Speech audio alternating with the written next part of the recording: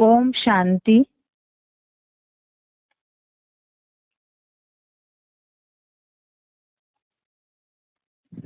आज के भगवत गीता श्लोक क्लास में कल जो बताया था व्यक्तिगत समस्याओं के लिए दूसरे अध्याय के श्लोकों के द्वारा समाधान। कल हमने 3-4 प्रश्नों के बारे में समझा था। आज उसके आगे की बातें समझते हैं। 5वां प्रश्न है,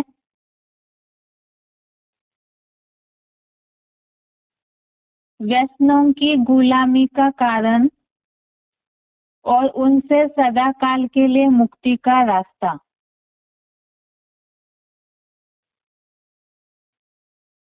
प्रश्न दोबारा देखिए। व्यसनों की गुलामी का कारण और उनसे सदा काल के लिए मुक्ति का रास्ता, और साथ साथ ही अनगिनत इंद्रिय विषयों की इच्छाओं से और मनोविकारों से छुटकारा।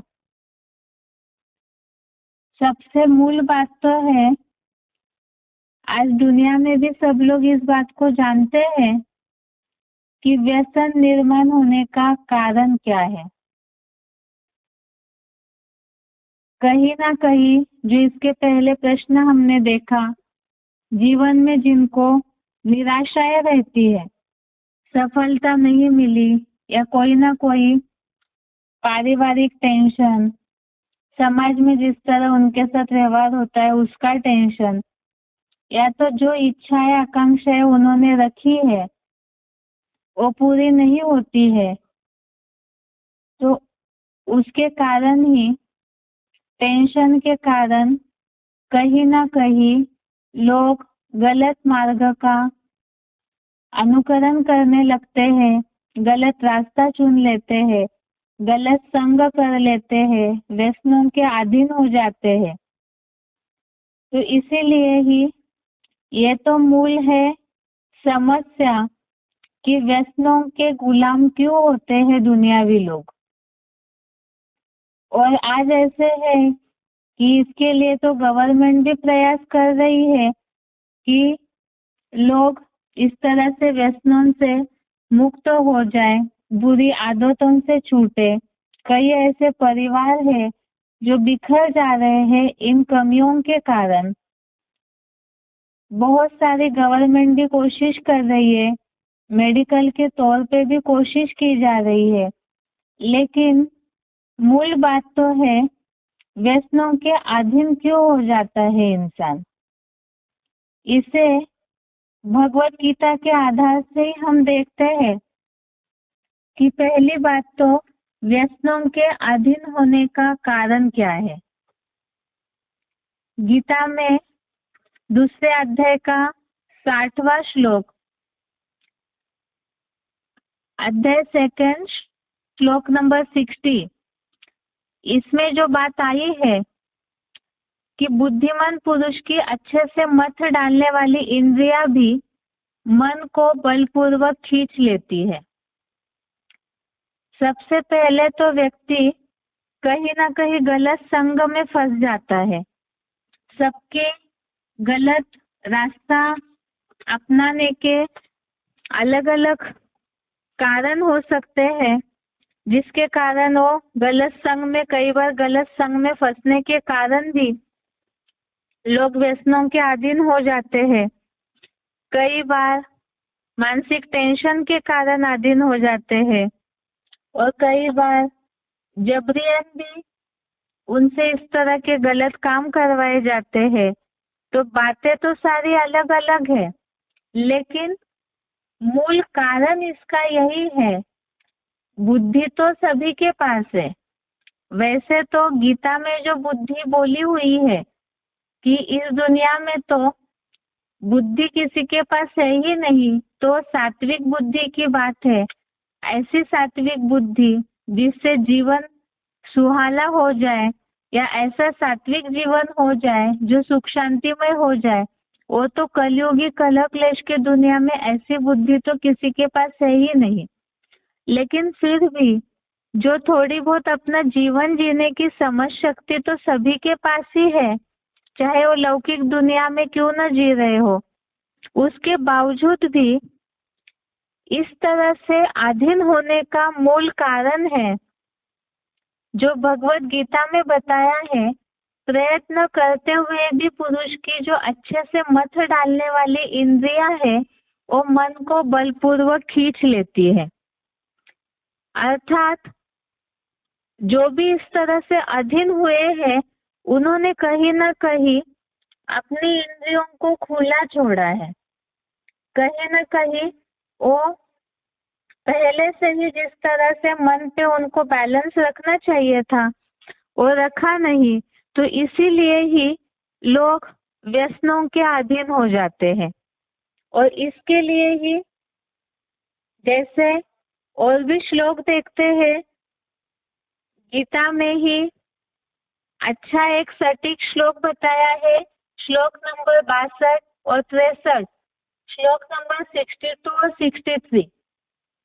इसमें ऐसे होता है, जो हमने श्लोक में समझा था कि विषय भोग का ध्यान करने वाले पुरुष को उन विषयों में आसक्ति या लगाव उत्पन्न होता है।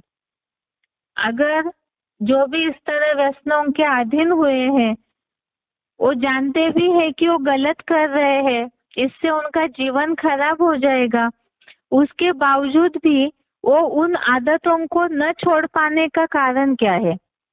सबसे पहले तो उन्होंने अपने मन को और इंद्रियों को खुला छोड़ा। अगर शुरू में ही, दुनिया में तो सब जानते हैं कि ये चीजें जो है वो गलत है, गलत संग जो है वो गलत है, पतन करता है जीवन का। ये जो व्यसन है, नशा है, ये भी पतन करता है। उसके बावजूद भी उन्होंने शुरू से ही अपनी इंद्रियों पे कंट्रोल नहीं रखा, और न रखने के कारण ही ये जो मत डालने वाली इंद्रियां है, इंद्रियों को तो भोग चाहिए, कुछ ना कुछ उनको चाहिए ही, तो इसीलिए वो मन के संकल्पों को जबरियन खींच लेते हैं और बुद्धि की निर्णय शक्ति पूरी तरह से खत्म कर देते हैं। जैसे 62 और 63 श्लोक में 62 और 63 नंबर के श्लोक में इस बात को बताया है कि विषयों का ध्यान करने वाले पुरुष को उसमें आसक्ति या लगाव उत्पन्न होता है। इसका मतलब ये है, जैसे कोई अगर गलत संग में फंस गए, बाहर की दुनिया में लोग अलग अलग प्रकार के सोसाइटीज में जाते हैं, अलग अलग प्रकार के कोई ना कोई नौकरी धंधे के कारण हो, चाहे कोई भी कारणों से अनेकों के संबंध संपर्क में आते हैं समाज में। तो उस समय जैसे ही उन्हें ये बात पता चलती है कि ये गलत संग है, इन लोगों के संग से गलत आदतें लग सकती है, तो अगर वो शुरू से ही कंट्रोल कर ले तो बैलेंस में रहेगा जीवन। लेकिन ऐसे न करने के कारण कहीं ना कहीं विषय भोग का ध्यान करने वाले पुरुष को उन विषयों में आसक्ति या लगाव निर्माण होता है। इसका मतलब नशा ऐसी चीज है, वो अगर एक बार शुरू कर लेते हैं तो उसकी आदत हो जाती है। अर्थात अगर वो छोड़ना भी चाहे तो भी मन में वो सब बातें चलती रहती है। जैसे एग्जाम्पल के लिए ही, जिन्हें बहुत फिल्में देखने की आदत है या जिन्हें बहुत सीरियल देखने की, जो भी आज दुनिया में मनोरंजन के साधन है, तो उसे यूज करने की आदत हो चुकी है, स्मार्टफोन यूज करने की आदत हो चुकी है, तो ऐसे लोग थोड़ी देर के लिए भी इन सब चीजों से अलग नहीं हो पाते हैं। क्यों? अगर उसे छोड़ भी दिया तो भी आदत इतनी पक्की हो चुकी है कि बार बार मन में वही देखी हुई चीजें चलती रहेगी। या तो फिर जिनके साथ बहुत सारी व्यर्थ बातें की है, गलत संग किया है इंद्रियों से, तो वो सब याद आता रहेगा और उसी से अटैचमेंट निर्माण होता है। इसी तरह से नशा भी ऐसी चीज है जो गलत खान पान, गलत चीजों का जो नशा करते हैं लोग, तो उसे ध्यान करते रहते हैं, भले उसे यूज न भी करें, लेकिन मन से ध्यान करते करते इतना ज्यादा अनकंट्रोल्ड हो जाती है उनकी वो अटैचमेंट उस चीज के प्रति, नशे के प्रति, कि वो इच्छाएं बार बार निर्माण होने लगती है। और जब वो इच्छाएं निर्माण होती है, उसकी पूर्ति नहीं हो पाती है, तब क्रोध आता है। ये जो 62, 63 नंबर के श्लोक में इसी बात को बताया है कि आज जो भी व्यसनों के आदी लोग हैं उनका क्या हाल है।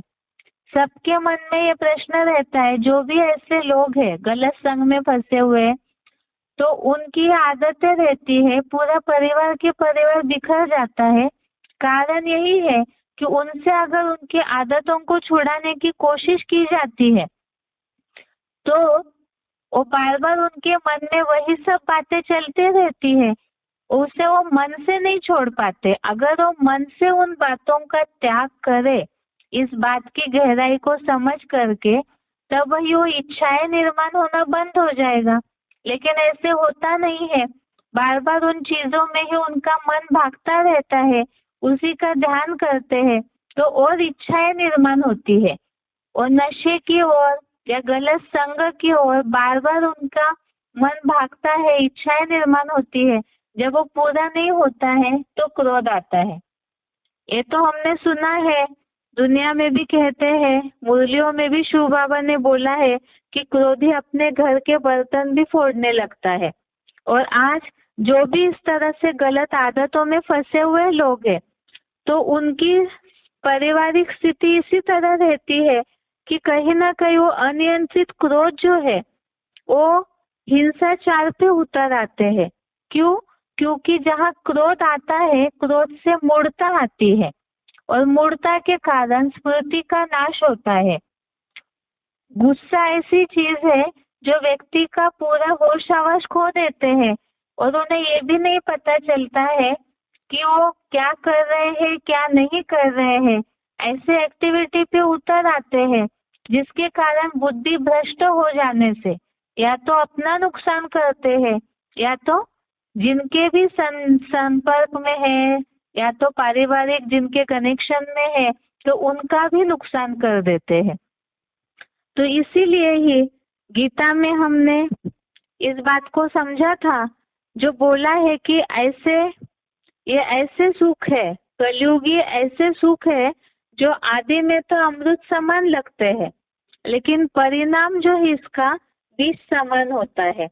तो इस बात को समझा सकते हैं ऐसे जो भी लोग हैं उन्हें, कि शुरू में सब जानते हैं कि ये जो भी गलत आदतें हैं इसका परिणाम अंत में कितना दुखदाई होता है। शुरू में तो वो जो भी टेस्ट लेते हैं उन्हें तो अच्छा लगेगा, पहली बार में भले ही वो ऐसे सोचते हैं, लेकिन गलत संग करने के कारण धीरे धीरे इच्छाएं निर्माण होने लगती है और फिर वो उसमें इतना डूब जाते हैं कि उन्हें उसी में ही सुख लेने लगते हैं, उसी को ही वो सुख समझते। लेकिन जिसे वो सुख समझ रहे हैं उसका परिणाम विष समान है। विष समान अर्थात ही विष अगर शरीर में जाता रहेगा रोज रोज, तो परिणाम उसका लास्ट में मृत्यु है। तो ये जो व्यसन है इसका परिणाम ही लास्ट में मृत्यु के द्वार तक पहुंचाता है। इसी तरह से परिवार के परिवारों को भी पूरा नाश कर देता है। जो बताया कि गीता के आधार से ही कि इच्छाएं निर्माण होती है, विषय भोग का ध्यान करने वाले पुरुष को आसक्ति या लगाव निर्माण होता है, आसक्ति से कामनाएं निर्माण होती है, कामनाओं की पूर्ति न होने पर क्रोध उत्पन्न होता है और क्रोध से मूढ़ता आती है, मूढ़ता से स्मृति का नाश होता है, स्मृति नाश होने से बुद्धि भ्रष्ट होने से मृत्यु तक पहुंच जाते हैं। तो व्यसनों के लिए खास ये बात है कि वो अगर शुरू से ही अपने मन को कंट्रोल कर ले, शुरू से ही इंद्रियों को खुला न छोड़े तो ही इस बात पे कंट्रोल किया जा सकता है। इसके साथ साथ ही दूसरे अध्याय का 67 और 68 श्लोक देखिए, 67 और 68 श्लोक। इसमें भी यही बात बताई हुई है कि चंचल मन जो है, इसमें जो बात बताई है, मन जो है विषय भोगों में विचरण करते हुए इंद्रियों का अनुसरण करता है और फिर वो वायु द्वारा पानी में तैरती नाव की तरह इस बेलगाम ये जो मन है वो बुद्धि को हर लेता है। अर्थात ही अगर बार बार वही आदतों के पक्के हो जाते हैं, इंद्रिया जो है बार बार उसी नशे के आदी हो जाती है, तो उसके कारण वो मन की जो चंचलता है वो इंद्रियों के साथ साथ ही बहने लगती है और वो बुद्धि की जो निर्णय शक्ति है, समझ शक्ति है, उसको भी हर लेता है।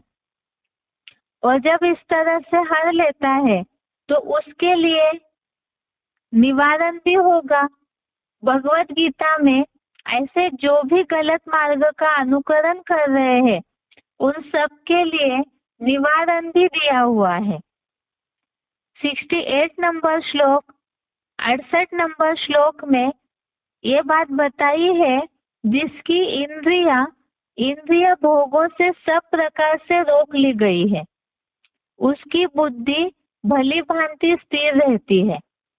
अब कोई सोचे कि हम अपनी गलत आदतों को भी करते रहे, नशा भी न छोड़े, गलत संग भी न छोड़े, जो भी गलत आदतें हैं, आँखों को लगी है, कानों को लगी है, कर्मेंद्रियों को लगी है, तो उन आदतों को भी हम न छोड़े और ऑटोमेटिकली हमारी मन बुद्धि स्थिर हो जाए, मन बुद्धि में सुख शांति की अनुभूति हो जाए, तो दोनों हाथों में सुख शांति की प्राप्ति, जिसे लोग दुनिया में कहते हैं दोनों हाथों में लड्डू लेना चाहते हैं, ये तो हो नहीं सकता।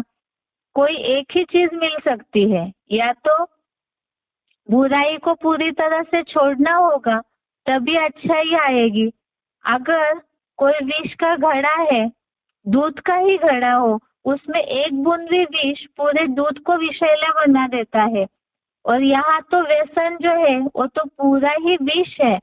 तो ऐसे विष में चाहे कितना भी अच्छा ही मिलाते रहे तो भी जब तक उस विष का पूरा परित्याग न किया जाए, पूरी तरह से इंद्रियों को कंट्रोल न किया जाए, तब तक मन बुद्धि स्थिर नहीं हो सकती है।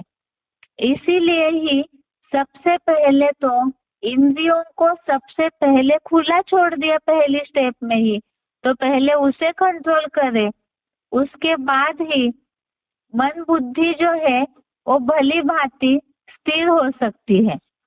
इसी के साथ साथ 58 नंबर श्लोक है, 58 नंबर श्लोक, ये भी समझाया जा सकता है इस तरह के लोगों को, जैसे कि मंदिरों में कछुआ दिखाया जाता है तो लोग तो उसे भी नमन करके मंदिरों में जाते हैं, लेकिन कारण कोई नहीं जानता है कि मंदिरों में कछुआ को क्यों दिखाया है।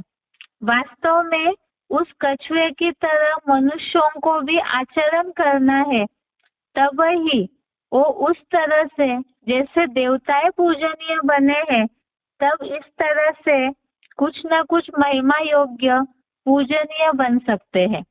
58 नंबर श्लोक में खास ये बात बताई है कि कछुए के अंगों की तरह इंद्रियों को इंद्रियों के विषय भोगों से सब ओर से निरंतर संपूर्ण खींच लेता है।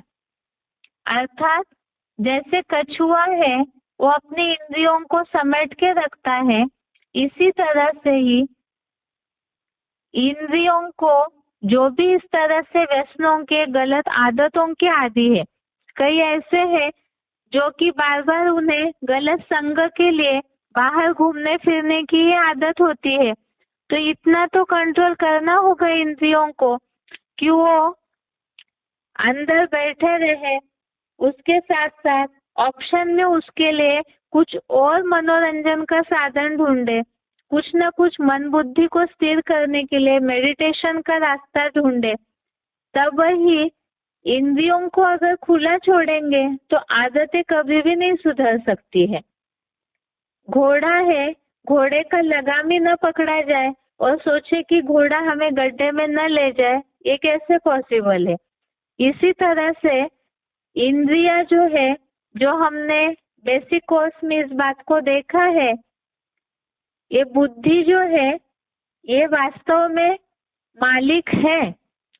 मन जो है वो लगाम की रस्सी है और इंद्रिया घोड़े है, और इंद्रिया जिस मार्ग का अनुसरण करती है, विषय भोगों का सेवन करती है, चाहे वो व्यसनों के आदि है, गलत खान पान के आदि है, गलत संग के आदि है, तो वो है इंद्रियों के चलने का रास्ता, उन घोड़ों के चलने का रास्ता। तो इसीलिए ही पहले तो इंद्रिया जो है अर्थात ये घोड़े है, इसे कंट्रोल करना है तो पहले इंद्रियों को चलने से रोकना होगा, और साथ साथ ही अरस परस ये दोनों बातें, मन बुद्धि भी साथ साथ ही इंद्रियों पे कंट्रोल करे, तो ये जब व्यक्ति खुद दृढ़ निश्चयी होगा, जो खुद इस बात से पछता रहे हैं कि हम गलत आदतों के आदी है, तो उन्हें खुद पहले कोशिश करनी होगी। डॉक्टर तो दवाई देते हैं, लेकिन उसे कहाँ तक खाना है, कितना अपने आप को ठीक करना है, ये तो पेशेंट के ऊपर है। इसी तरह से ही यहाँ पर जो भी इस तरह से गलत आदतों के आदी है, उन्हें पहले खुद इस बात का महत्व बुद्धि में रखना होगा, और तब ही वो अपनी इंद्रियों को कंट्रोल कर पाएंगे। और जब इंद्रियों को कंट्रोल कर लेंगे तभी कुछ न कुछ उन्हें बुद्धि की एकाग्रता की अनुभूति हो सकती है। इसी के लिए ही बताया कि ऐसे होता है कि आदतें छोड़ देते हैं, लेकिन मन से उन बातों को याद करते रहते हैं। जब मन से भी उन बातों को याद करेंगे बाद में, तो भी वो इच्छाएं बार बार निर्माण होने लगेगी, तो वो भी छोड़ना होगा। इंद्रिया भी उस गलत आदतों को यूज करना छोड़ दे, उसके बारे में सोचना भी धीरे धीरे कम करे, और साथ ही साथ ऑप्शन में जो गीता में बताया हुआ है कि मन बुद्धि की स्थिरता का उपाय यही है कि अगर उसके ऑप्शन में उन्हें अच्छी चीज मिल जाए, जो बुरी चीजें हैं उसके बदले अगर उन्हें अच्छा कुछ मिलता है, तब ही कुछ ना कुछ प्राप्ति की अनुभूति उनको होगी, जिसके लिए ही बताया हुआ है भगवत गीता में कि इस तरह से जिनकी मन बुद्धि कंट्रोल हो जाती है, जो भी ऐसे व्यसनों के आदी है, उन्हें भगवत गीता के आधार से देहभान और आत्मा में क्या अंतर है उसे समझाना होगा। और जब वो अपनी मन बुद्धि को आत्मा स्टार में एकाग्र करने की कोशिश करेंगे, ये तो ज्ञान में चलने वालों का भी अनुभव होगा कि जब पहली बार ज्ञान में आते हैं तो शुरू में जो आत्मा समझने की प्रैक्टिस जिन्होंने जैसी की होगी, जो मुरलियों में शिव बाबा ने बोला है कि फाउंडेशन में ही जिन्होंने आत्मा का फाउंडेशन पक्का किया होगा, तो उनकी पुरुषार्थ की बिल्डिंग भी अच्छी हो जाती है। इसी तरह से अगर उन्हें आत्मा का परिचय, आत्मा की अनुभूति का परिचय अच्छी तरह से दिया जाए, एकाग्रता की अच्छी प्रैक्टिस करवाई जाए, तो जहाँ बुरी चीजों की ओर मन आसक्त हो रहा है, उसके बदले में अच्छी चीज मिल जाएगी, मन शांत हो जाएगा, मानसिक टेंशन दूर हो जाएंगे, तो ऑटोमेटिकली ही जिसके लिए वो इस तरह के गलत आदतों के आदी हुए हैं, व्यसनों के गुलाम हुए हैं, तो ऑटोमेटिकली उस बात को धीरे धीरे कम करेंगे। इसके लिए जरूरी है, जैसे कल भी हमने समझा था कि किसी को पहाड़ चढ़ना है तो जिसे चढ़ना है मेहनत उसे ही करनी होगी, लक्ष्य ऊंचा लिया है तो उसके लिए मेहनत भी करनी पड़ती है। इसी के लिए ही भगवत गीता में जो बताया है कि परमार्थ को देख करके ऑटोमेटिकली ही इंद्रियों के भोगों में जो आसक्ति है वो हट जाती है। इंद्रिय सुखों के बदले अतीन्द्रिय सुख अगर मिल जाए, अच्छी चीज मिल जाती है, तो खराब चीजों से ऑटोमेटिकली बुद्धि हट जाती है। इसके अगला पॉइंट है बुद्धि के एकाग्रता की स्थिरता अथवा सुख शांति का सहज उपाय। व्यसनों की गुलामी वाले जो है वो मानसिक टेंशन वाले होते हैं, या तो कहीं ना कहीं विकारों के आदी होते हैं। जब वो इस तरह से अपने मानसिक विकारों को नहीं छोड़ पाते हैं तब भी व्यसनों के आदी हो जाते हैं। और इन सब बातों से छुटकारे के लिए ही खास बुद्धि की एकाग्रता, बुद्धि की स्थिरता और इसकी सुख शांति का उपाय उन्हें बताना, क्लियर करना जरूरी है। उसे अभी समझते हैं। इस बात के लिए तो खास व्यसन वाले ही बुद्धि की एकाग्रता के प्यासे हैं ऐसे नहीं है। बहुत ऐसे लोग हैं दुनिया में जो परसेंटेजली सभी ही मन सबका भटक रहा है नंबरवार, और साथ में सुख शांति के लिए भी सभी तड़प रहे हैं। इसीलिए ही उसका उपाय पहले देखते हैं। कारण तो अभी हमने देखा कि अलग अलग प्रकार से मन जो है वो इंद्रियों का अनुसरण करता है और फिर बुद्धि को हर लेता है, और धीरे धीरे फिर सब कुछ नष्ट हो जाता है। बुद्धि के नष्ट होने से मृत्यु तक पहुंचते हैं।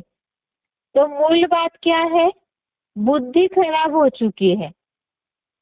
बुद्धि की निर्णय शक्ति गलत संग के रंग के कारण, गलत संस्कारों के कारण खराब हो चुकी है। और बुद्धि ठीक नहीं है, मालिक ठीक नहीं है, तो ये मन जो है वो चंचलता बंद नहीं कर रहा है। और मन कंट्रोल में न होने के कारण इंद्रिय भी अनकंट्रोल होकर के अपने भोगों की ओर दौड़ते रहती है। लेकिन अभी तो सबकी ही बुद्धि खराब है। इसीलिए ही जब सारों की बुद्धि बीमार है, कमजोर हो चुकी है, क्षीण हो चुकी है, तो उस बुद्धि को चार्ज करने के लिए उपाय है। बुद्धिमानों की बुद्धि तो एक परमात्मा ही है, जिसके लिए भगवत गीता में हमने 3 अध्याय का 42वां श्लोक कई बार देखा है। अध्याय 3 श्लोक नंबर 42। इसमें जो बताया है बुद्धिमानों की बुद्धि जो है वो परमात्मा है, और सभी का कनेक्शन उस परमात्मा से, जो जनरेटर है, आत्मा रूपी बैटरी को चार्ज करने वाला है, उनसे टूटा हुआ है। जब उनसे कनेक्शन टूटा तो सबकी बुद्धि जो है वो कमजोर हो गई, क्षीण हो गई। बुद्धि कमजोर होने से मन कमजोर हुआ, मन के कमजोर होने से इंद्रिय अपनी चंचलता विषय भोगों की ओर दौड़ रही है। और जीवन सभी का ही आज इस तरह से देहभान रूपी मिट्टी में इतना धंसा हुआ है कि चाहते हुए भी मनुष्य उससे ऊपर नहीं उठ पा रहे। इसके लिए क्या जरूरी है? जैसे व्यसन वालों के मन शांति के लिए बताया कि मेडिटेशन करना जरूरी है। अब दुनिया में तो बहुत ऐसे उपाय है जो कि प्राणायाम करते हैं, सांस प्रश्वास की प्रक्रिया के द्वारा एकाग्रता की कोशिश करते हैं, लेकिन वो तो केवल अल्पकाल के उपाय है। जब तक सही रीति से चार्जर से कनेक्शन न जोड़े तब तक जो असली चार्जर है, सब मनुष्य आत्माओं की आत्मा रूपी बैटरी को चार्ज करने वाला, जब तक उनकी पहचान यथार्थ रीति से न हो तब तक सही रीति से बुद्धि की तार जुड़ेगी नहीं। और तार ही सही जुड़ी नहीं तो आत्मा रूपी बैटरी चार्ज कैसे होगी? इसीलिए ही अभी देखते हैं बुद्धि की एकाग्रता के लिए और स्थिरता के लिए और सुख शांति के लिए क्या उपाय भगवत गीता में बताया है। श्लोक नंबर 52 और 53 देखिए, श्लोक नंबर 52 और 53। इसमें खास कारण बताया है मन बुद्धि भटकने का। पहले तो अस्थिर क्यों हुई, मन बुद्धि की एकाग्रता भंग क्यों हो गई, उसे पहले जानना जरूरी है और उसके बाद ही उसकी स्थिरता का उपाय समझ सकते हैं। जैसे बताया अभी अभी कि बुद्धि का जो दाता है, बुद्धिमानों की बुद्धि भगवान, उनसे कनेक्शन टूटा हुआ है और जब उनसे कनेक्शन टूटा तो अनेक मतों में भटकने लगे। बुद्धि अर्थात ही बुद्धि के द्वारा बातों को कैच किया जाता है और यही बुद्धि वैरायटी बातों को कैच करने लगी और इसके कारण जब मन बुद्धि वैरायटी बातों को कैच करते करते मिक्सचरिटी हो गई और ऐसी मिक्सचरिटी के कारण ही दुख अशांति बढ़ने लगी, मानसिक टेंशन बढ़ने लगे, क्योंकि अनेकों की बुद्धि बातों को बुद्धि में रखने के कारण क्या करना चाहिए क्या नहीं करना चाहिए, किसका सुने, ये सब बातों में मन उलझता रहा। दुनिया में इन सब बातों के लिए बहुत सारी कहावतें हैं, बहुत सारी कहानियां भी बताई जाती है। जो बचपन से ये कहानी तो बहुत फेमस बताई जाती है कि गांव से जब दो लोग गुजर रहे थे गधे को लेकर के, तो लोगों ने कहा कि गधे को ऐसे खाली क्यों चला रहे हैं, उस पे कोई बैठ जाओ। तो जब एक व्यक्ति बैठा तो भी लोगों ने सुनाया, वो उतर के दूसरा बैठा तो भी लोगों ने सुनाया, दोनों गधे पे बैठे तो भी लोगों ने सुनाया। तो ये दुनिया की रीति है, कुछ भी करते रहे तो भी लोग बोलते ही रहते हैं, क्योंकि आज की दुनिया तुंडे तुंडे मतिर भिन्न में उलझी हुई है। इसी के लिए ही भगवत गीता में 52 और 53 नंबर का श्लोक, 52 और 53 नंबर का श्लोक बताया है कि तेरी बुद्धि सुनी सुनाई बातों के मोह रूपी कीचड़ को पार करेगी, तभी तो परम वैराग्य को प्राप्त करेगा। तो ये सुनी सुनाई बातों के लिए आज की दुनिया में तो ये सब बातें हैं, ढेर सारी मीडिया के चैनल्स खुले हैं, ढेर सारे वैरायटी शास्त्र है, बहुत सारे आज देहधारियों के द्वारा बनाई हुई किताबें हैं, वैरायटी प्रकार की दुनिया की जानकारी देने वाली अनेक गुरुओं की मतें हैं। तो इन सब बातों में बुद्धि फंस गई, इसका सुना उसका सुना, ये सब करते करते वैरायटी बातों में बुद्धि फंस गई। और जब तक इस कीचड़ से, ऐसे भी होता है लोगों को अगर भगवान का परिचय दिया जाए तो लोग इतना आसानी से मानना नहीं चाहते, सोचते हैं, बहुत ऐसे लोग हैं दुनिया में जो सोचते हमने जो गुरु किया उन्हें छोड़ेंगे, उसके अलावा और कोई बात अगर हम सुनते हैं तो पाप लगेगा। तो ऐसी वैरायटी प्रकार की बातों में जो लोगों की बुद्धि भ्रमित हुई पड़ी है, जब तक इस मोह रूपी कीचड़ से बुद्धि न निकले तब तक वैराग्य की अवस्था प्राप्त नहीं हो सकती है। अर्थात जब तक उससे डिटैच नहीं होंगे, कोई दलदल में ही फंसा हुआ है, उसे निकालने की कोशिश की जा रही है लेकिन वो खुद ही नहीं निकलना चाहता है, तो दलदल तो वो जो कीचड़ है वो तो लगता ही रहेगा और सुख शांति की अनुभूति होगी नहीं। तो इसीलिए उस कीचड़ से निकलना होगा, तभी वैराग्य की अनुभूति हो सकती है। इसी तरह से 53 श्लोक में भी ये बात बताई है कि अनेक श्रुतियों से भ्रमित बुद्धि हुई है, ढेर सारे वैरायटी शास्त्रों जिससे किसी को सदगति नहीं मिली है। तो ऐसे जब तेरी श्रुतियों से भ्रमित बुद्धि परमात्मा की स्मृति में अविचल स्थिर होगी, तब ही योग को पा लेगा। योग को पाना अर्थात मन बुद्धि तभी ही एकाग्र हो सकती है। और इसी के लिए ही जरूरी है कि ये वैरायटी बातों से बुद्धि पहले, अनेक जो मतों में बुद्धि फंसी हुई है उसे पहले लोग निकालने की कोशिश करें। तो इसे तो अभी तक हमने श्लोकों को बहुत डिटेल में समझा है। उस आधार से समझाया जा सकता है कि किस तरह से बुद्धि फंसी हुई है लोगों की वैरायटी बातों में। साथ साथ ही 59 नंबर श्लोक, 59 नंबर श्लोक भी देखिए, जिसके लिए बताया कि जब विषय भोग त्यागी देहधारी पुरुष के भोग विशेषता हटते हैं, लेकिन रस लेने की आसक्ति नहीं हटती। इस राजयोगी की तो आसक्ति भी परमार्थ को देखकर पूरी ही हट जाती है। अर्थात दुनियावी सुखों में, दुनियावी बातों में बुद्धि अटकी हुई है। वो अटकी हुई बुद्धि कब निकलेगी? जो बताया कि राजयोगी की परमार्थ को देख कर के बुद्धि हट जाती है। माना जब ये पता चल जाए, जैसे लौकिक दुनिया में भी ऐसे होता है कि लोग एक जगह मार्केटिंग कर रहे हैं, जब ये पता चले दूसरे मार्केट में उससे भी अच्छी चीज मिल रही है तो उधर चले जाते हैं। यहाँ तो खास है कि ढेर सारे लोगों को भगवान समझ करके सुख शांति के लिए माथा टेकते रहे।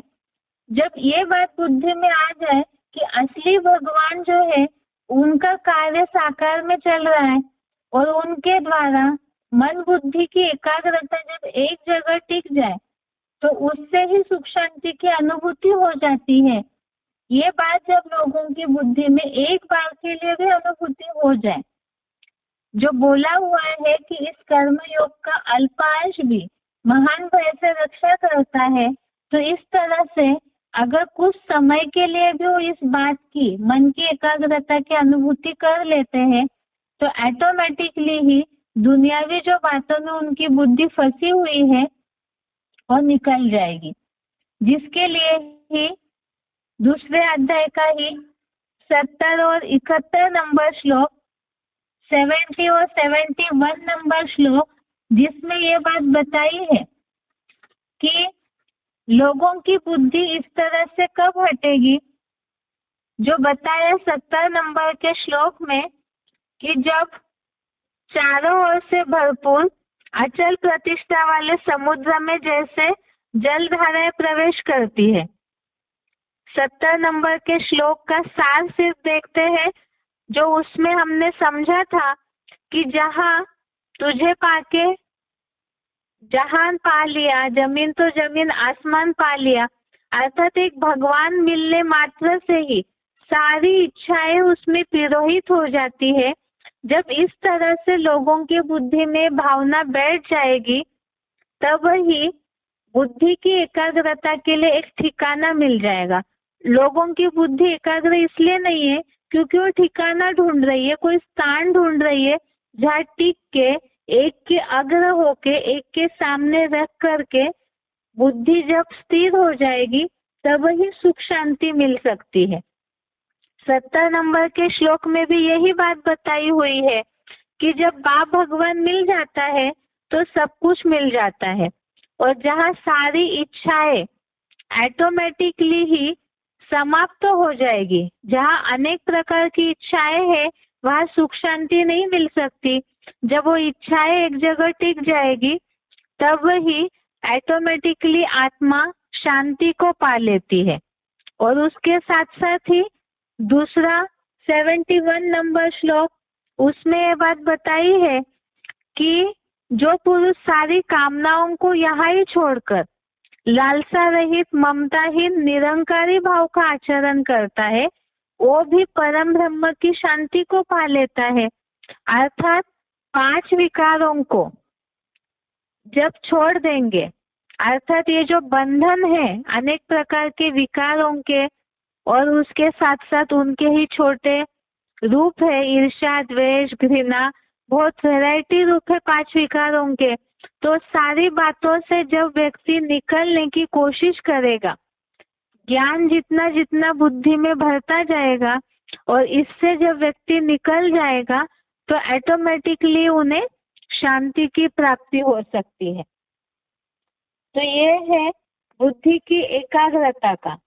पहले तो अस्थिरता की बात देखी, अनेक बातों में बुद्धि फंसी हुई है, उसे पहले निकालना होगा।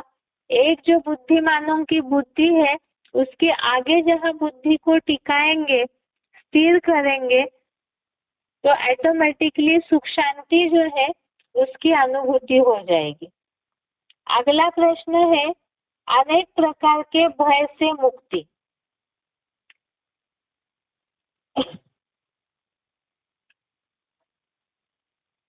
तो ये दुनिया में लोगों को बहुत सारे वैरायटी प्रकार के भय होते हैं।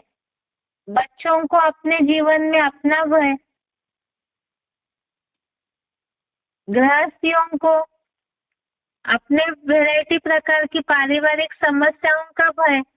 कोई आज रास्ते चलते जाता भी है तो सबको ये भय है कि आज इतनी ज्यादा जनसंख्या बढ़ी है, ट्रैफिक बढ़ा है, तो उसके चलते लोगों को एक्सीडेंट का भय। सबसे बड़ा भय तो है दुनिया में मृत्यु का भय। उसके साथ साथ जो धन कमाते हैं उसकी सुरक्षा की चिंता है। जो कुछ भी कमाया है जीवन में, मान मर्तबा, प्रॉपर्टी, उसके सुरक्षा का भय। उसके साथ साथ लोग जीवन में जिस तरह से जो भी कोशिशें कर रहे हैं, संबंधी संपर्की है जिनसे जुड़े हुए हैं, उसे टिकाने का भय। बहुत वैरायटी प्रकार के भय दुनिया में लगे हुए हैं। और ये सारे भय का पहला कारण क्या है? भय से मुक्ति का रास्ता तो हम तभी समझ पाएंगे जब पहले भय का कारण समझेंगे। मुरलियों में शिव बाबा ने बोला है इस सारी बातों का एक ही कारण है, देहभान। मन बुद्धि की अशांति का भी कारण है देहभान, भय का भी कारण है। भय भी एक प्रकार की अशांति ही है, तो ये इसका भी कारण है देहभान। और इसका उपाय है दूसरे अध्याय के 40वें श्लोक में। 40वां श्लोक जिसमें बताया हुआ है कि ये जो कर्मयोग का अभ्यास है, इस अभ्यास का अल्पांश भी महान से महान भय से रक्षा करता है। तो यहाँ पर दुनिया में लोगों को चाहे बहुत प्रकार के कितने भी भय सताते हो, लेकिन जहाँ पर देहभान के कारण भय आ रहा है, तो जब इसी से ही अपने को आत्मा समझने की प्रैक्टिस करेंगे, तो केवल अपने को आत्मा समझने की प्रैक्टिस से ही सार नहीं होगा, तो जो भय को मुक्ति दिलाने वाला है परमपिता परमात्मा, उनसे बुद्धियोग जितना जुड़ा रहेगा, तब ही भय से मुक्ति हो सकती है। तो इसे ही लोगों को समझा सकते हैं कि जितना जितना उस परमपिता परमात्मा से खुद को आत्मा समझ करके बुद्धि का योग जुड़ा रहेगा, तो उतना ही भय से मुक्ति हो सकती है। ये सारी हो गई व्यक्तिगत समस्याएं और उनका समाधान। इसके अलावा सामाजिक समस्याएं भी है जो समाज से जुड़ी हुई है, तो उसके लिए भी वो समस्याएं क्या है उसे देखते हैं और उनका समाधान भी साथ साथ श्लोकों के आधार से ही देखते हैं। समाज जो है वो बनता कैसे है, इसे तो दुनिया में भी पढ़ाइयों में बच्चों को समझाया जाता है। वास्तव में समाज बनता है व्यक्तियों से जुड़ करके।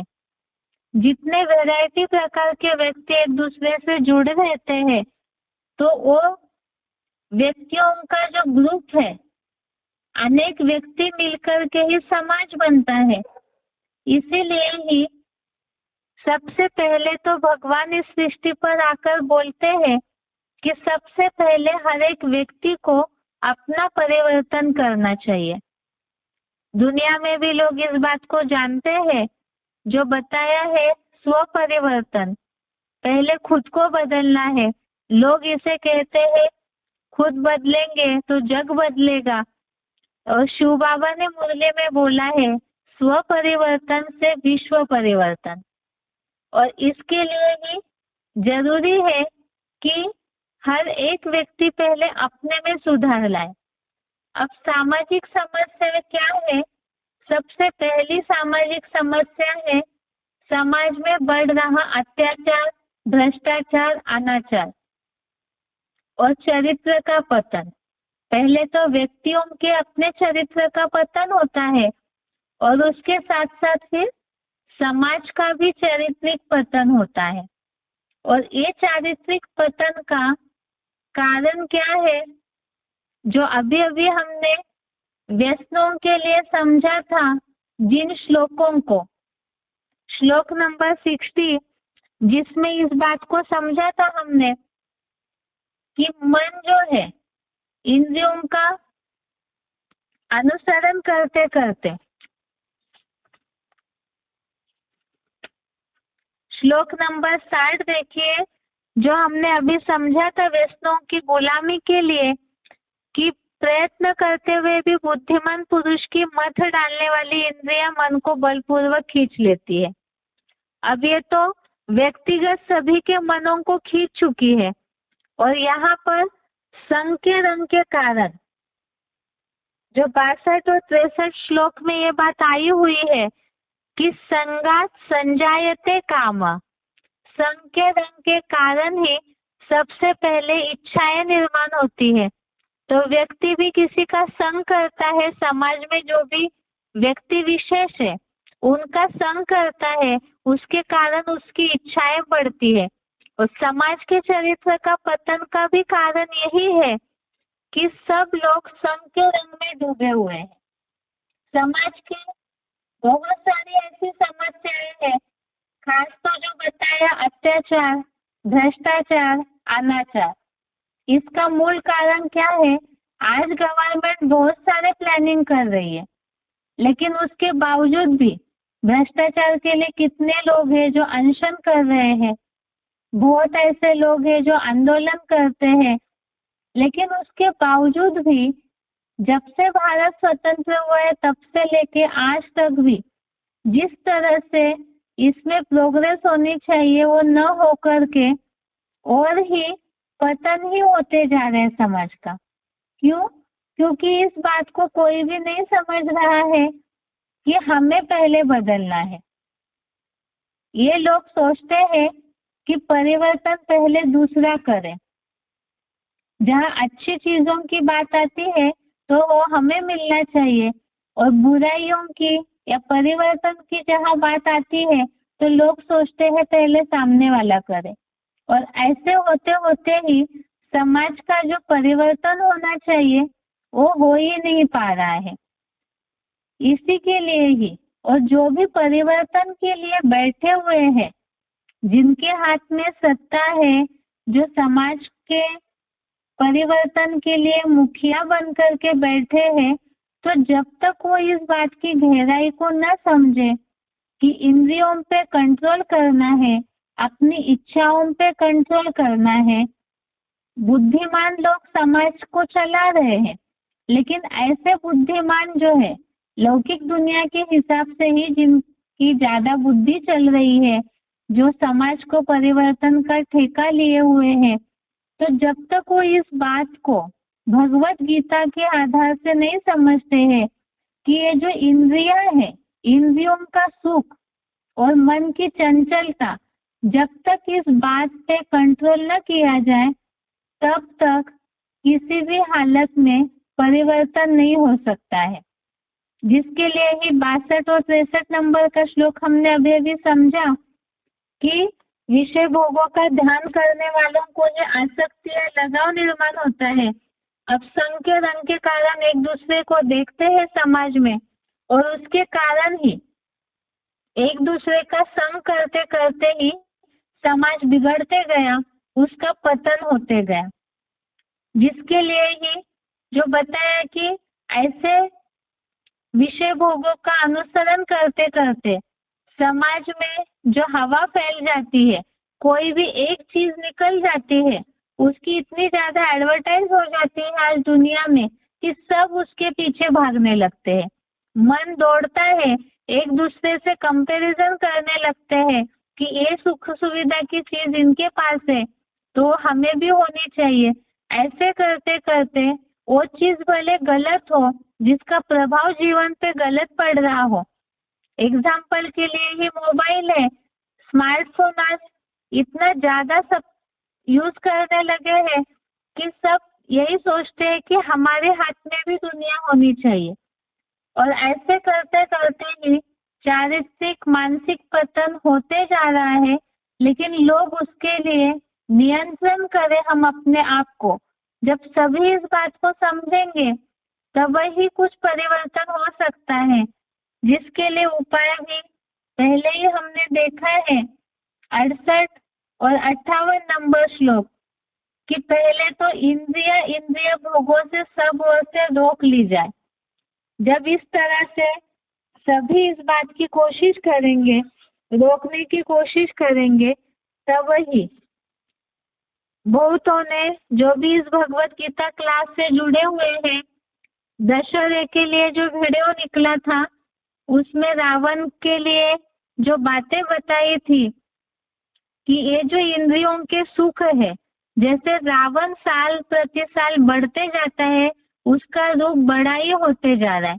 अब सदियों से, कई सालों से नहीं, कई सैकड़ों वर्षों से रावण की प्रतिमा को जलाते जा रहे, तो अब तक भी वो भस्म क्यों नहीं हो रहा है, बड़ा ही क्यों हो रहा है सालों साल? इसलिए क्योंकि लोगों के अंदर की जो कमियां है समाज के अंदर की, तो वो बढ़ते जा रहे। जैसे रावण के अनेक सिर है, वैसे समाज में भी जो अनेक सिर है, और इंद्रिय सुखों में ही जो बुद्धि रमन कर रही है, तो वो देह भान में ही बुद्धि ज्यादा विचलित होते होते रावण का रूप बढ़ रहा है। वैसे ही इंद्रिय सुखों की इच्छाएं बढ़ते बढ़ते इतनी ज्यादा हो जाती है कि मनुष्य का और समाज का उसी के चलते पतन हो रहा है। और जब तक इन भोगों को, इंद्रियों को कंट्रोल करने के लिए दृढ़ संकल्प न करे, तब तक मन बुद्धि स्थिर नहीं हो सकती। जब तक व्यक्तियों की स्थिर नहीं होगी, तब तक समाज में भी परिवर्तन नहीं हो सकता। तो इसीलिए ही समाज जागृति के लिए जन जागृति आवश्यक है। जो भगवत गीता ये हिंदू धर्म का सबसे पहला शास्त्र है, तो उसी आधार से जब तक लोग इस बात को न समझे, तब तक जो परिवर्तन होना चाहिए वो परिवर्तन नजर नहीं आएगा। उसके साथ साथ अगला है सामाजिक समस्या। अनेक शांति सम्मेलन आयोजन करने पर भी बढ़ती हुई अशांति। तो इसका कारण श्लोक नंबर 52 और 53, दोबारा समस्या को रिपीट कर रहे। अनेक शांति सम्मेलन आयोजन करने पर भी बढ़ती हुई अशांति। तो इसके लिए तो जब से भारत स्वतंत्र हुआ है, तब से बहुत सारी पंचवर्षीय योजनाएं भारत के सुधार के लिए बनाई गई। इतना ही नहीं, केवल भारत में ही नहीं, लेकिन विश्व शांति सम्मेलन भी आयोजन करते हैं। तो जब तक व्यक्ति न सुधरे, तब तक समाज नहीं सुधरेगा। समाज सुधरेगा, गांव सुधरेगा, तो उसके साथ साथ राज्य, देश, और देश के बाद फिर विश्व सुधरेगा। लोग कह तो रहे हैं कि हम सब आपस में भाई भाई हैं, लेकिन जब तक सबके अंदर से ये भावना दिल से न निकले कि हम सब आपस में एक परमात्मा की संतान है, आपस में भाई भाई हैं, तब तक जिस तरह से शांति की अनुभूति होनी चाहिए वो अनुभूति नहीं हो सकती है। जो बोला जाता है दुनिया में भी, शांति गले का हार है। जब वो गले का हार है, तो फिर उसे शांति सम्मेलनों के द्वारा ढूंढा क्यों जा रहा है?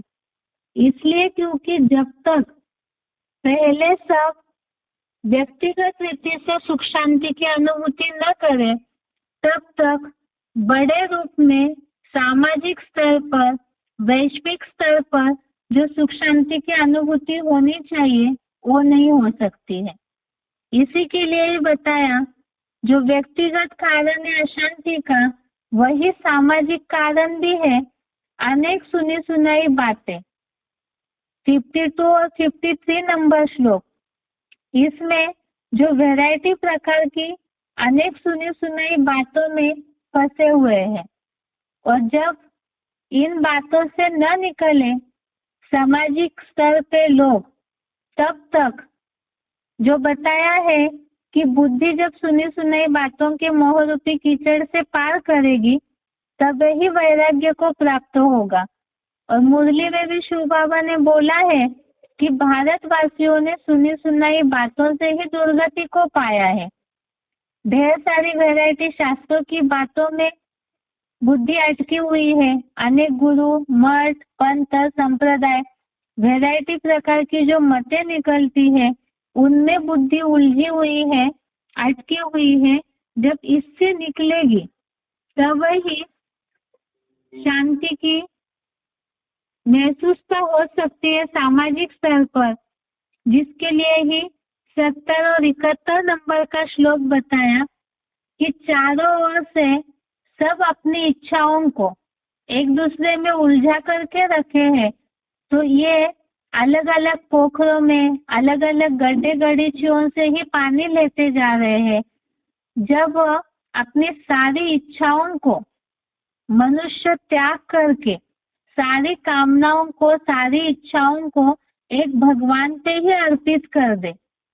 लोग जाकर के भगवान के आगे चढ़ावा चढ़ाते हैं, फूल पत्र चढ़ाते हैं, तो वास्तव में वैसे चढ़ाने से न व्यक्तिगत रूप से इस तरह से शांति की अनुभूति होगी, ना ही सामाजिक स्तर पे जब तक अपनी वैरायटी इच्छाओं को, जो अनावश्यक इच्छाएं हैं, कामनाएं हैं, जो श्लोक में बताया है 71 नंबर श्लोक में कि लालसा रहित, ममताहीन, निरंकारी भाव का जब तक आचरण न करें, तब तक जो शांति की अनुभूति होनी चाहिए वो नहीं हो सकती है।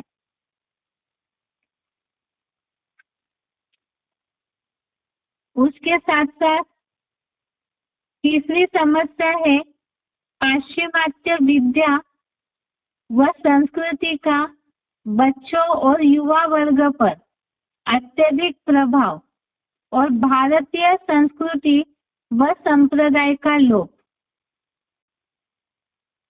इसका सार बताते हैं, दुनिया में आज भौतिकवाद बढ़ चुका है, आध्यात्मिकता का और नैतिकता का पतन हो चुका है।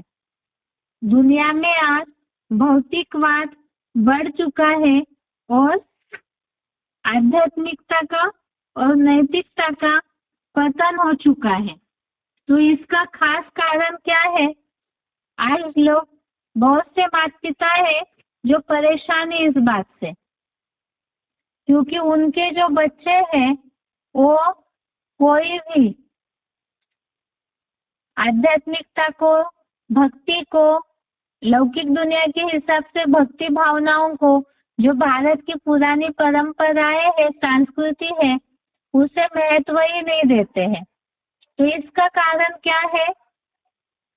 इसका कारण मूल तो है कि बचपन से ही बच्चों के ऊपर माता पिता ने नियंत्रण नहीं रखा। ऐसे भी कई बच्चे होते हैं जो बचपन से ही बहुत सुशील संस्कार वाले होते हैं, शुरू से ही उनको इस बात में ध्यान नहीं दिया गया। इसी के कारण ही आज की जो युवा पीढ़ी है, जो बाल अवस्था से ही उनपे कोई मिट्टी का मटका है तो उससे कुम्हार पहले से ही हाथ लगा करके आकार देता है। अगर बड़ा होते होते वो मटका आधा बन गया, ये सोचे उसे आकार दें, तो उसे आकार कैसे दे पाएंगे? इसी तरह से जब बच्चे कच्ची बुद्धि वाले होते हैं तब ही उन्हें संस्कार देना शुरू करना चाहिए। लेकिन इसमें सामाजिक स्तर पे अगर देखें तो सब एक दूसरे को देखने में लगे हुए हैं। ये सोचते हैं लोग कि जितना हो सके सब विदेशी परंपराओं को अपना रहे हैं, तो हमारे बच्चे पीछे कैसे रहे, हमारे बच्चे भी इतने आधुनिक हो जाए, इतने ज्यादा मॉडल हो जाए। ऐसे सोचते सोचते ही सभी ने ही अपने अपने बच्चों का चारित्रिक पतन कर दिया, विचारों का पतन करवा दिया। अब फिर शुरू से ही इस बात को न सोचा गया। अब वो बच्चे जब बड़े हो गए, युवा हो गए, और फिर सोचा जाए कि अब वो सुधर जाए या अब वो आध्यात्मिकता की ओर जाए, तो कैसे हो सकता है। आजकल तो ऐसी स्थिति है कि भारत की जो पुरानी परंपरा है उसे बिल्कुल निगलेक्ट किया जाता है। सोचते हैं तो ऐसी परंपराओं को फॉलो करने वाले जैसे कि अनपढ़ लोग हैं। तो इसी के कारण ही जो मूल भारतीय परंपरा है वो लोप हो गई, और वो लोप होते ही नैतिकता का जो चरित्र होना चाहिए, बोला तो जाता है दुनिया में character is loss, everything is loss, लेकिन ये जानते हुए भी जो मूल भारतीय संस्कृति है उसे ही पूरी तरह से छोड़ दिया है। उसका कारण क्या है? उसका कारण है 69 नंबर श्लोक, 69 नंबर श्लोक जो बोला हुआ है, या निशा सर्वभूतानां तस्यां जागृति संयमी। तो इस श्लोक में जो बताया है कि भौतिकता में ही लोग जी रहे हैं, उसे ही दिन समझ रहे हैं, और आध्यात्मिकता को पिछड़ा समाज, पिछड़ी पुरातन परंपराओं को मानने वाले ऐसे सोचते हैं भौतिकवादी लोग कि ये जैसे अंधेरे में है। बोलते समय बोलते भी है कि ये क्या सब भारतीय परंपराओं को फॉलो करना है, ये पुराना सब हो गया, पिछड़ा हो गया, ये सब बातें, तो उससे ही अंधेरा समझ रहे हैं, और इसी के कारण ही वास्तव में पतन हो रहा है। ज्यादा से ज्यादा भौतिकवाद को फॉलो करने के कारण ये सोचते हैं कि हम बहुत आगे बढ़े हुए लोग हैं, लेकिन जहाँ संस्कार नहीं है, सुशीलता ही नहीं है, तो उससे चरित्र सुधर गया ऐसे नहीं माना जा सकता है। और इसी के कारण ही वास्तव में सबसे ज्यादा पतन हुआ है। जो ये 69 नंबर श्लोक बताया कि सभी प्राणियों के लिए जो अध्यात्म रात्रि है उसमें राजयोगी जागता है, अर्थात जो ज्ञानी है, जो समझदार है, वो भौतिकता को ही अज्ञान अंधकार समझेंगे, और जो भौतिकवादी लोग हैं वो इस गलतफहमी में है कि आध्यात्मिकता ही अंधेरा है। अगर ये वास्तविकता होती तो फिर पुराने जमाने के लोग, आज ये भौतिकवादी लोग जो इस बात को कह रहे हैं कि अध्यात्म पिछड़ी बातें हैं, अंधेरा है, तो भारतीय परंपराओं का फाउंडेशन तो अध्यात्म ही है। पुराने जमाने में जो भी जिस तरह से सामाजिक स्थिति थी, तो उस समय तो लोग इतने ज्यादा दुखी, परेशान, बीमार नहीं थे। आज भौतिक साधन बढ़ गए, भौतिकवाद बढ़ गया, साइंस के पीछे सब भाग रहे हैं, जिसे दिन समझ करके साइंस को पकड़ के रखे हैं, उसके बावजूद भी लोगों में सुख शांति की कमी क्यों नजर आ रही है? तो उसका मूल कारण है जो भारत की मूल परंपरा है आध्यात्मिकता, उसे छोड़ दिया है। आत्मा के अंदर की शक्तियों को भूल जाने के कारण ही दुखी भी है, अशांत भी है, और नैतिकता का भी पतन हो चुका है। इसके साथ साथ ही बढ़ता हुआ प्रदूषण, बढ़ती हुई जनसंख्या, गरीबी, बीमारियां, ये सब भी सामाजिक समस्या है, और इसका भी कारण है भौतिकवाद को बढ़ावा देना। ये है सामाजिक समस्या है। और एक दो प्रश्न है, एक तो साधनों में व्यस्त और साधनाहीन समाज, अर्थात आध्यात्मिकता से दूर समाज, और बढ़ता हुआ प्रदूषण, जनसंख्या, गरीबी और बीमारियां। इसके साथ साथ धार्मिक समस्या भी। ये दो बातों को कल के क्लास में समझते हैं। आज के लिए यहाँ तक ही। ओम शांति।